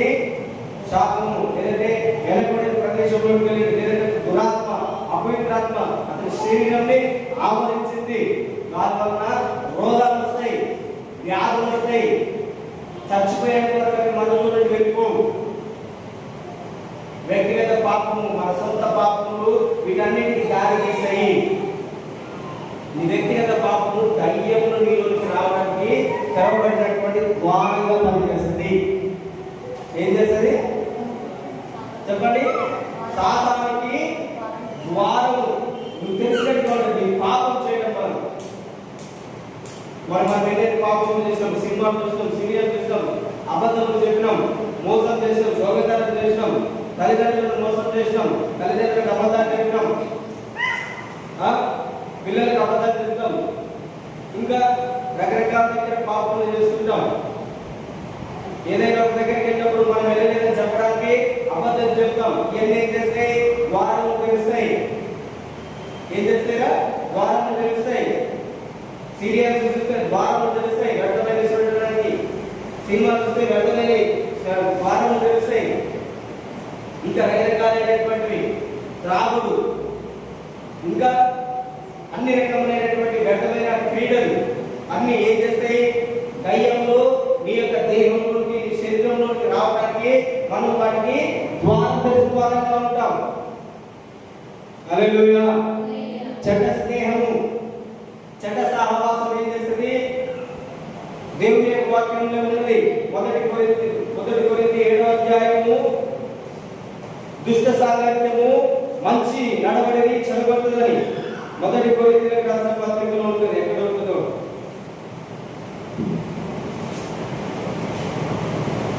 మొదటి కొరింథీయులకు రాసిన పత్రిక. దుష్ట సాంగత్యము ఏం చేస్తుంది? నేను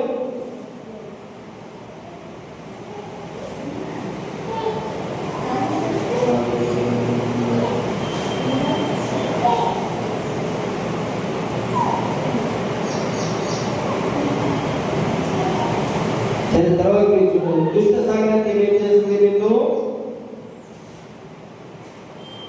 చెడు మార్గములోనికి నిన్ను నడిపిస్తుంది. దుష్ట సాంగత్యం అంటే దుష్టులతో సహవాసం చేయటము, దుర్మార్గులతో చెడ్డ సహవాసము. దేవుని అందరి భయభక్తులు లేనటువంటి వ్యక్తితో మనం సహవాసం చేస్తే మనం కూడా దుష్టులంగా తయారవుతాము. మన పిల్లలు, మనము ఎవరితో స్నేహం చేస్తున్నాం అధికంగా, మన టైం ఎవరికి అధికంగా ఇస్తున్నాం? ఎక్కడ మొదటి కొరింథీ 15వ అధ్యాయము 33వ వచనం ఏముందా? దుష్ట సాంగత్యము మంచి నడవడిని చెప్పును. ఏం చేస్తుంది దుష్ట సాంగత్యము? నువ్వు చక్కగా నడుచుకుంటున్నావు. చాలా మంది ఎవరు చూడండి, దేవుని మందిరంలోకి వచ్చేటటువంటి ఎవరి బిడ్డలు సడన్ గా ఆదివారం దేవుని యొక్క మందిరంలోకి రావడం మానేస్తారు. కారణం ఏంటి? వారు నడుస్తున్న వారి యొక్క స్నేహము,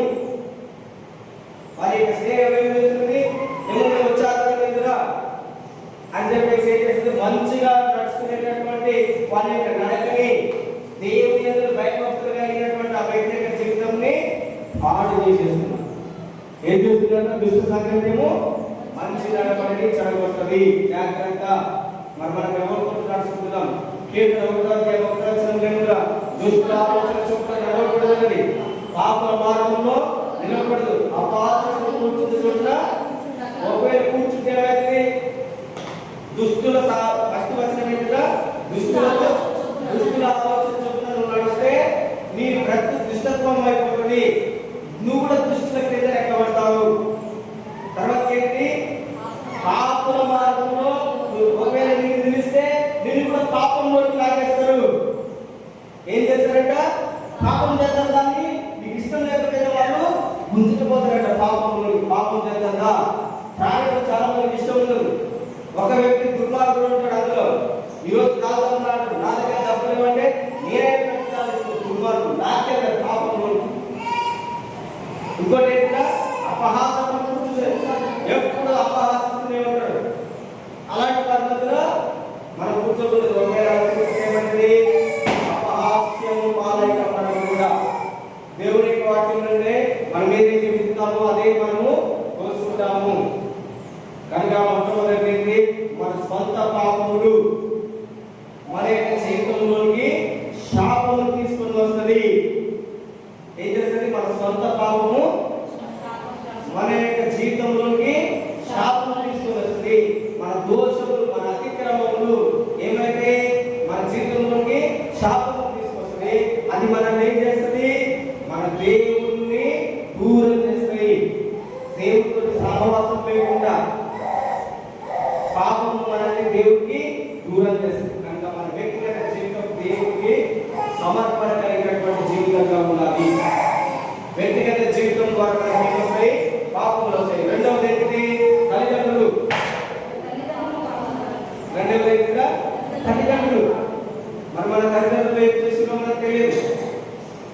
ఇంకొక ప్రాముఖ్యమైన విషయం బైబిల్లో జరుగుతుంది, విగ్రహారాధన. ఏం తీసుకొస్తుంది? మనకు శాపం తీసుకొని వస్తుంది. దేవుడు చెప్పాడు, విగ్రహాలను మీరు ఆరాధించకూడదు. వారి యొక్క పండుగలకు మనం వెళ్ళకూడదు. మనకి ఏమొస్తుంది? శాపం వస్తుంది. దేవుని యొక్క వాక్యంలో ఉంటుంది. కనుక క్రైస్తవులైన మీకు ఒక ప్రత్యేకమైన విధానం ఏంటంటే అలాంటి వాటిలో పాల్గొనకండి. పాల్గొని మీరు శాపం తెచ్చుకోకండి. దేవుని యొక్క వాక్యంలో చాలా స్పష్టంగా ఉన్నది, విగ్రహంలో దూరంగా పాల్గొనాలన్నది. మనం పాల్గొనడం కాదు కదా, వాటిని హత్తుకుంటున్నారు. ఇప్పుడు దేవునికి విలువనిస్తున్నారు. ఏం చేస్తారు కదా? దేవునికి విలువనిస్తున్నారు. ఎవరికి విలువనిస్తున్నారు? మనుషులకు. మనం పోవాలి, పాలించి మనం ఇవ్వాలి, అప్పుడు ఇవ్వాలని ఏముంది? మీరు ఎప్పుడైనా అప్పుడే వేరే ఎప్పుడైనా అదే చేస్తే దేవుని యొక్క వాక్యం చూడండి. మొదటి యోహాను 5వ అధ్యాయం, మొదటి యోహాను రాసిన పత్రిక. చిన్నపిల్లలారా వేటి జోలికి పోకుండా జాగ్రత్త పడాలంటున్నారా? చెప్పండి చెప్పండి. వేటి జోలికి? విగ్రహముల జోలికి ఏం చేయకూడదు? మీరు చెప్పండి, అందరూ చెప్పండి. ఏం చేయకూడదు? ఇంకొక వచనంలో చూడండి, దేవుడు చెప్తాడు, అపోస్తల కార్యములు 11వ అధ్యాయము, అపోస్తల కార్యములు 11వ అధ్యాయము.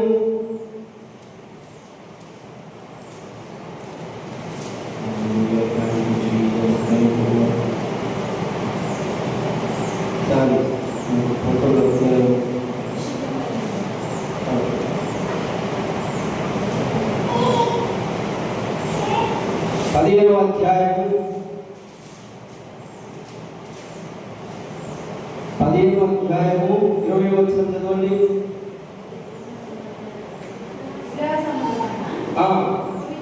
అపవిత్రతను, చారత్వమును, పొందు పిసికి చంపిన దాన్ని, రక్తమును విసర్జించుటకు వారికి కత్తిగా రాసి పంపవలనని నా అభిప్రాయము. చూడండి, అదే విధంగా 28వ వచనం, 28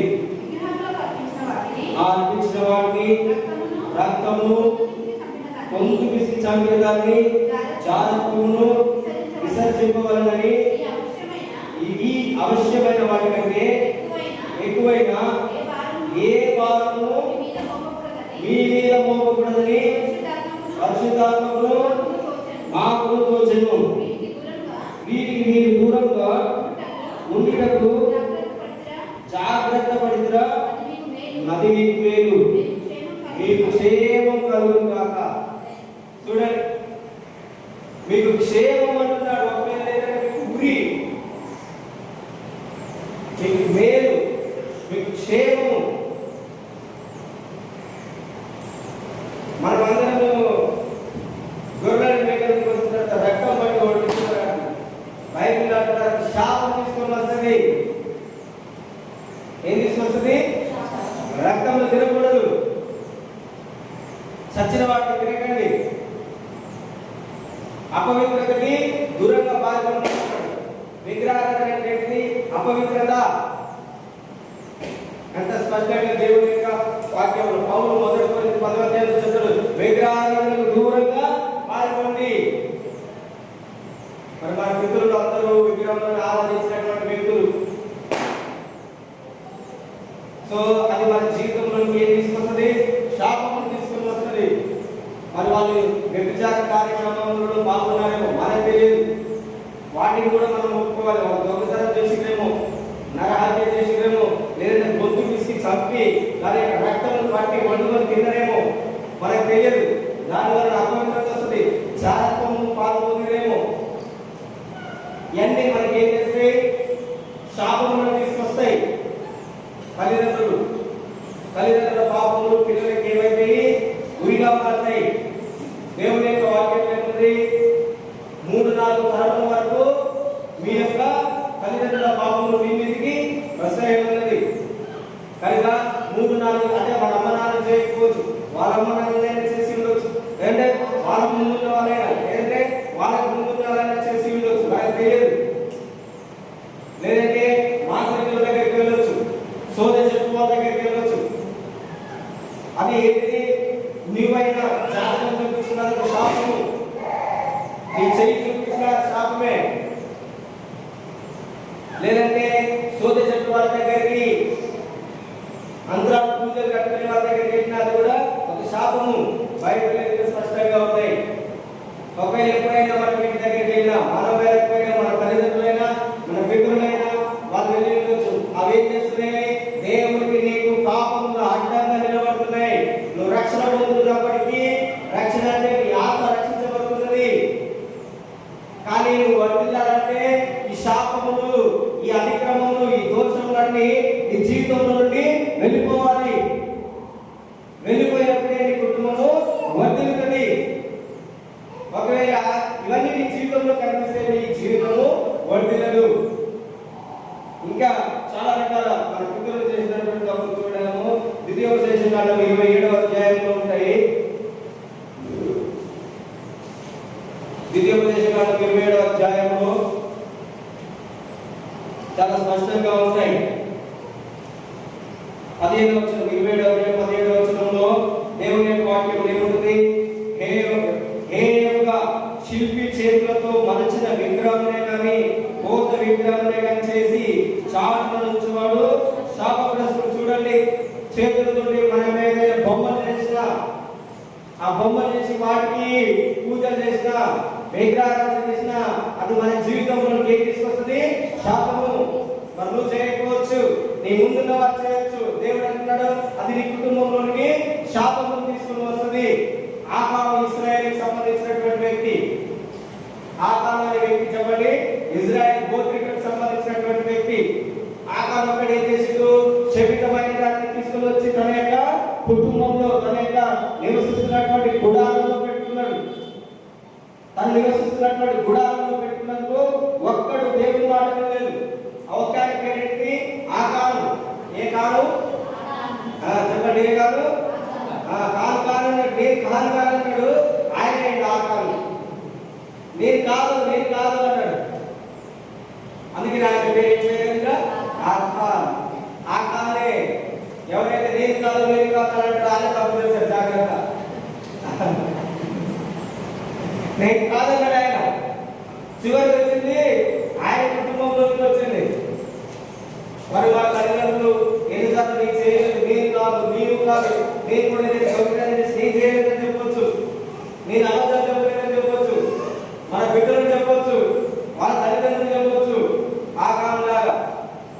ఏం చేస్తుంది?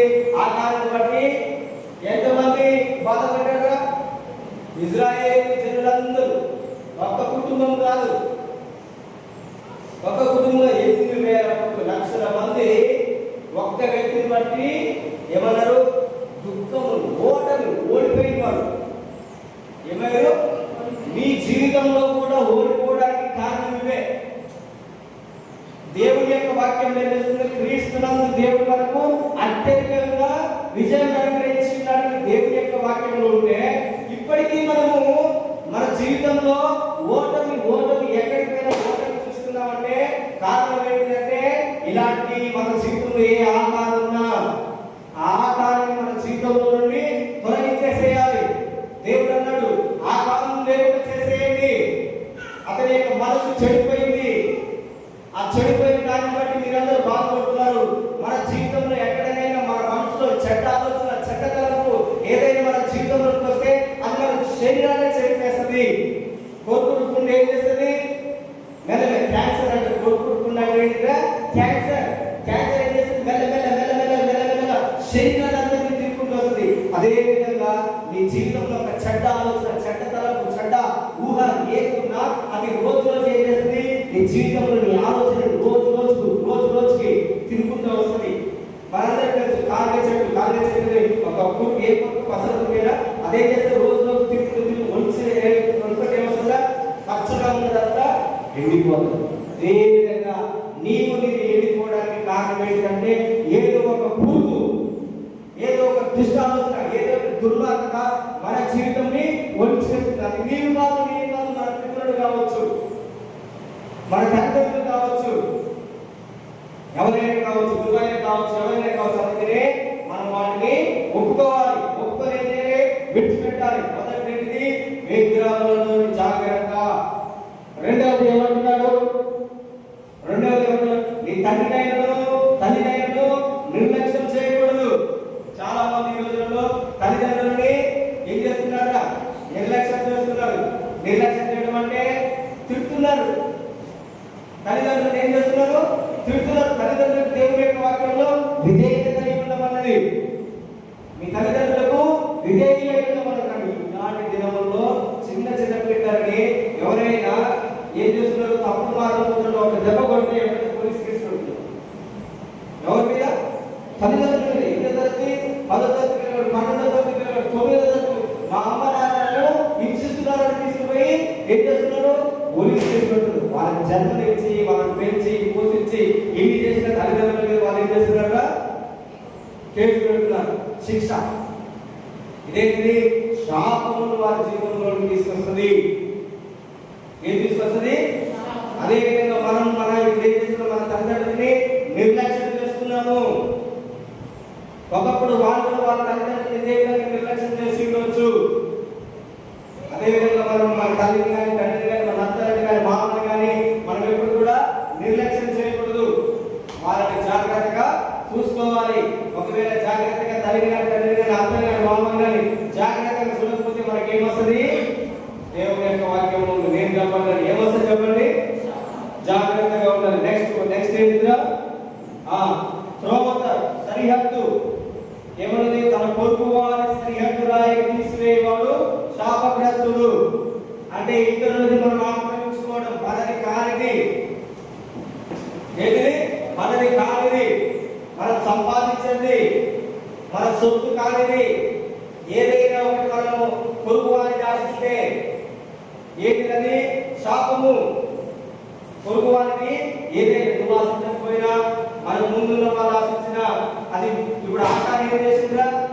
తనకి కాని దాన్ని ఏం చేసిండు? ఆశించింది. అతని కన్నుల కట్ట అందరికీ కనిపించిందట. అవ్వకి ఎలా కనిపించిందో తన కన్నులకి అందంగా కనిపించింది. తన అందమైన జీవితాన్ని కోల్పోయింది. ఏం చేసిందా? ఒక్క రోజు, ఒక్క క్షణంలోనే. అదే విధంగా నేను కూడా అందంగా ఉండాలని, అందంగా కనిపిస్తుందని, ఇది నా జీవితంలో అద్భుతం జరుగుతుంది, మేలవుతుందని, ఇదే నాకు మంచిదని, ఎప్పుడైతే ఇదే నాకు కావాలని, ఇదే నాకు కావాలని ఎప్పుడైతే చెప్తామో శాపము. ఎప్పుడు కూడా ఇది నాకు కావాలి, నా కళ్ళకు అందంగా ఉంది, రమ్యంగా ఉంది, మధురంగా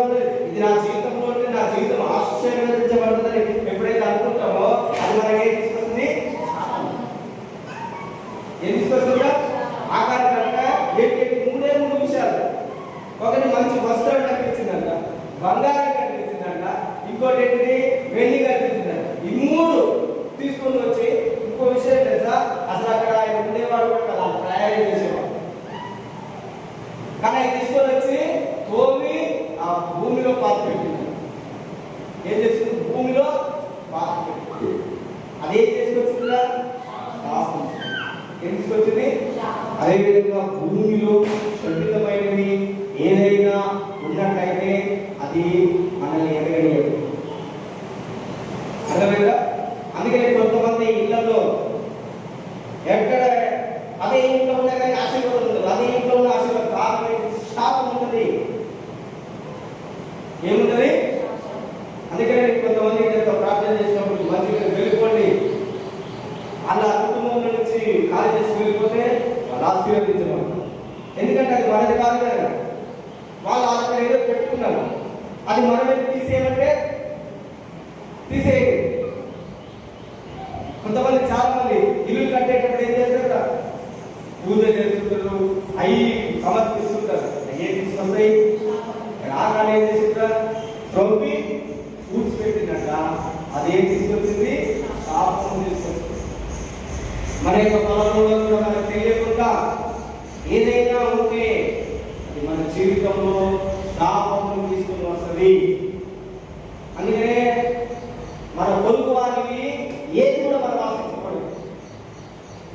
అందుకే దేవుడు ఏమన్నా నీ పొరుగు వారి భార్యనైనా, వారి ఇంటినైనా, వారి ఎద్దునైనా, వారి ఏది కూడా ఆశించకూడదు. ఎందుకంటే వాళ్ళు ఎన్ని శాపాలు ఉన్నాయో, వాళ్ళు ఎన్ని దరిద్రం ఉందో, వాడంత పైకి మంచిగా ఉండొచ్చు కానీ బయట లోపల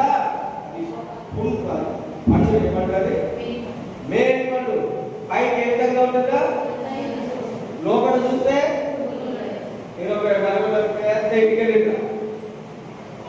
వాళ్ళు బయటకి దేవుడు అనుకున్నారు. మంచి లిఫ్ట్ మంచి మంచిగా ఉంటుంది, కానీ లోపలికి పోయి చూస్తే అన్ని కష్టాలు, అంత దుఃఖమే, అంత ఏడితే. దాన్ని చూసి నాకుంటే బాగుంది, నాకుంటే బాగుంది అంటుంది. ఆ నాకుంటే బాగున్నట్టు నాకు ఆ దరిద్రం అంతా నీకు వస్తుంది అన్నమాట. ఆ శాపం అంతా ఏంటిగా నాకుంటే బాగుందంటే ఆయన ఏం చేస్తున్నావు? నువ్వు నాకు కావాలంటే బాగుంది, నాకు బయట ఉంటే బాగుంది. దేవుడు తెలుసుకోవాలి. ఆలోచన నాకు కావాలంటే ఆయనకి ఎన్ని రోగాలు ఉన్నాయో అన్ని రోగాలు నీలో వాళ్ళకి ఎన్ని దురాత్మలు ఉన్నాయో అన్ని దురాత్మలు నీకు వస్తాయి. అందుకని దేవుడు ఏమంటాడు? గురువాని దగ్గర ఆశించకూడదు. అందుకనే నీ సరిహద్దు దేవుడు నీకు ఎంతవరకు ఇచ్చిందో అంత పౌలు అంటాడు దగ్గర, మా సరిహద్దు నుంచి మేము వెళ్ళము, వెళ్ళి తగ్గేది మాకు శాపం తీసుకొస్తుందని 2వ కొరింథీయులో పౌలు చెప్తాడు. ఎప్పుడు కూడా ఆశించకండి, దేవుడు నీకు ఇచ్చింది పోగొట్టుకోకండి.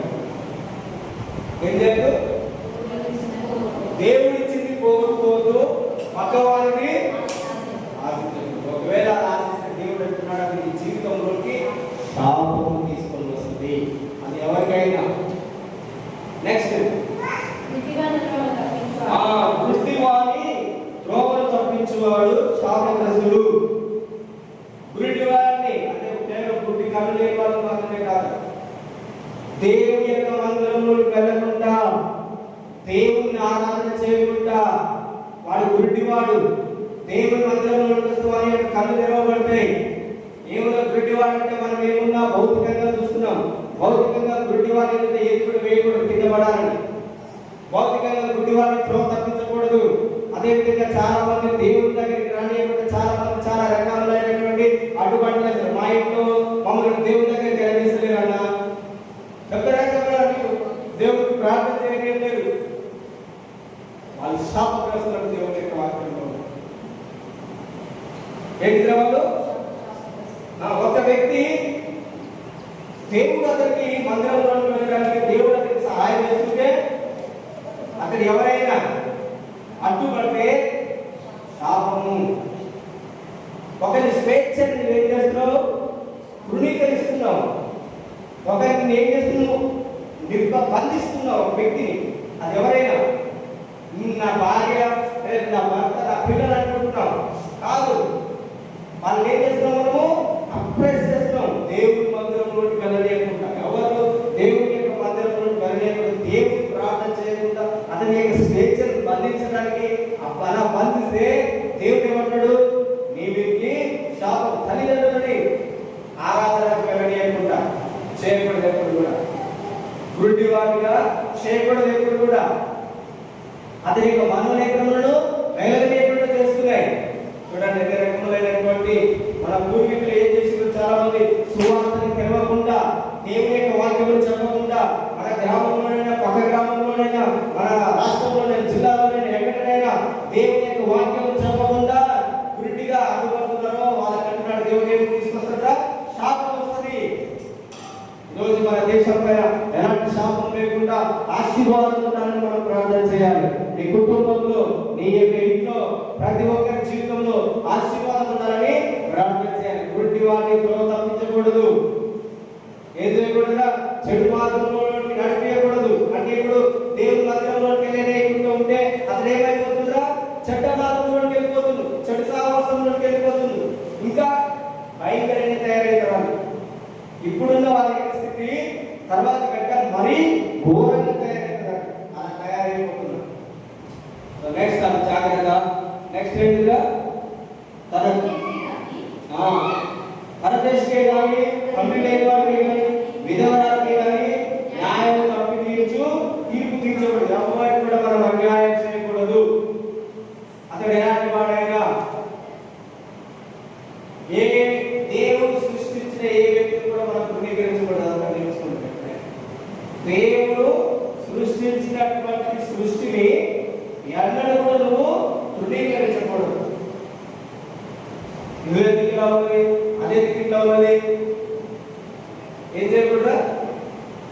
ఎప్పుడు కూడా నాకెందుకు లేదు, ఇంకా వాళ్ళకి ఏది దేవుడు ఇచ్చాడు, నాకెందుకు చేయలేదు, అయ్యో దేవుడు ప్రార్థన చేసిన మనసు ప్రార్థన చేయట్లేదు, వాళ్ళకి ఎందుకు ఇవ్వాలి, వాళ్ళకి ఏముందని ఇస్తున్నాడు, వాళ్ళు ఏం చేస్తున్నారు. ఎప్పుడు కూడా మనం ఏం చేయాలంటున్నారా?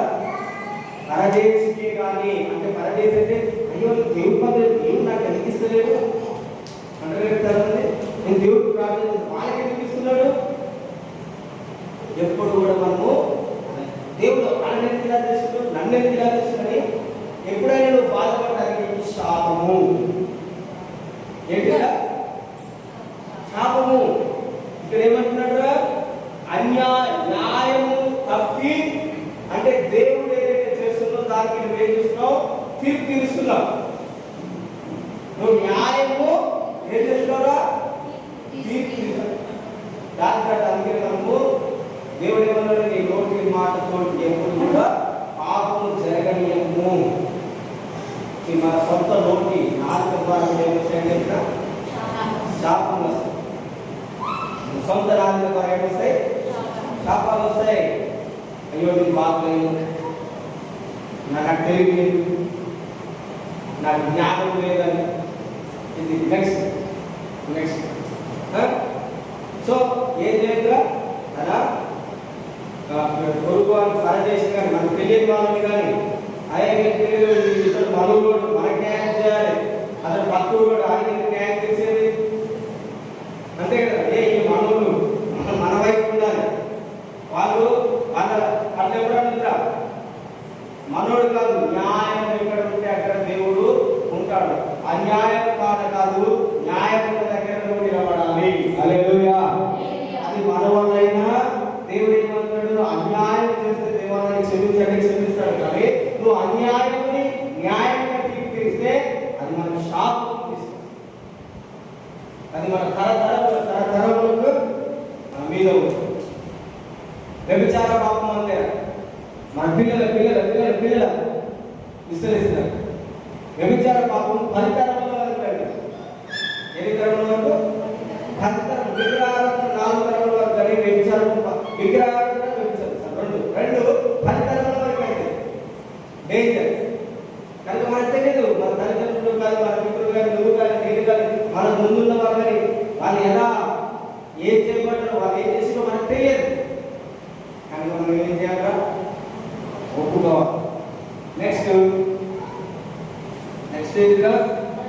తన తండ్రి భార్యలో క్షయించేవాడు, తన తండ్రి గొప్పలు విప్పినవాడు శాపగ్రస్తుడు. ఈ రోజులలో చూడండి, అందరూ మందు మద్యంలో ఎవరేం చేస్తున్నారో అర్థం కాకపోతుంది. ఒక న్యూస్ వచ్చింది. ఒక వ్యక్తి చెల్లని తల్లిని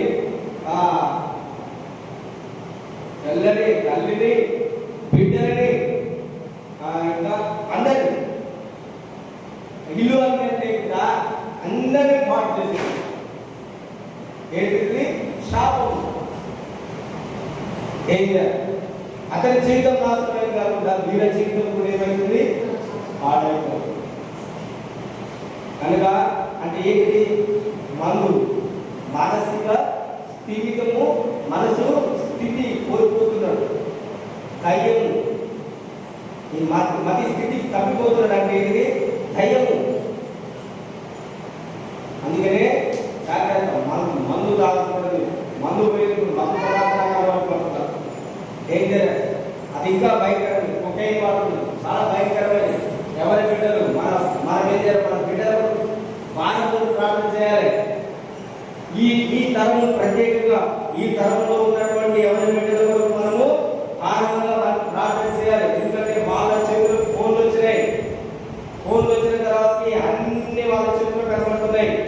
నూనె లేకుండా ఒకటి చూస్తున్నారు, మనం లేనప్పుడు ఒకటి చూస్తున్నారు.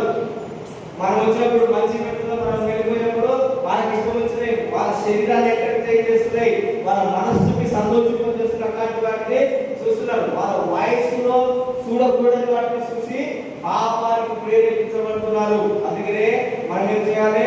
మన పిల్లల వరకు జాగ్రత్తగా వారంతో ప్రార్థన చేయాలి. చిన్న పిల్లలకు ఫోన్ అనేది ఇవ్వకూడదు. వాళ్ళు చూడకూడని ఈ రోజులలో ఫోన్లు అన్ని ఇస్తున్నారు డబ్బుల కోసం. దేనికోసం? డబ్బు. యూట్యూబ్ చూసినా డబ్బు కోసమే, ఇన్స్టాగ్రామ్ చూసినా డబ్బు కోసమే. ఏ రీల్స్ అంటున్నారు అన్నట్టు దేనికోసము? డబ్బులు సంపాదించాలి. ఏది ఉపయోగించుకొని? మన శరీరాలను ఉపయోగించుకొని, మన మనసును ఉపయోగించుకొని మన డబ్బులు సంపాదించాలి. మంచి చూస్తే పర్లేదు, చెడు చూస్తే మంచి వాటికి అంత అట్రాక్ట్ కాదు, కానీ చెడ్డ వాటికి ఇమ్మీడియట్ గా అట్రాక్ట్ అయితే కనుక జాగ్రత్త. అనే మనస్థితి కోల్పోతారు. మనస్థితి వాళ్ళ మంచిగా ఉన్న మనసు పిచ్చే అయిపోతారు, ఆడైపోతారు. ఏం చేస్తారో అర్థం కాదు, ఎలా ఉంటారో అర్థం కాదు. ఇది చాలా తప్పు. ఫర్ ఎగ్జాంపుల్ దావీదు బెత్షెబతో పాపం చేసింది. దావీదు రాజు తన సైన్యం అంతటినీ యుద్ధానికి పంపించింది. ఇతడు ఇంట్లో ఉండి ప్రార్థన చేయాలి, లేదంటే యుద్ధంలోనే వెళ్ళాలి.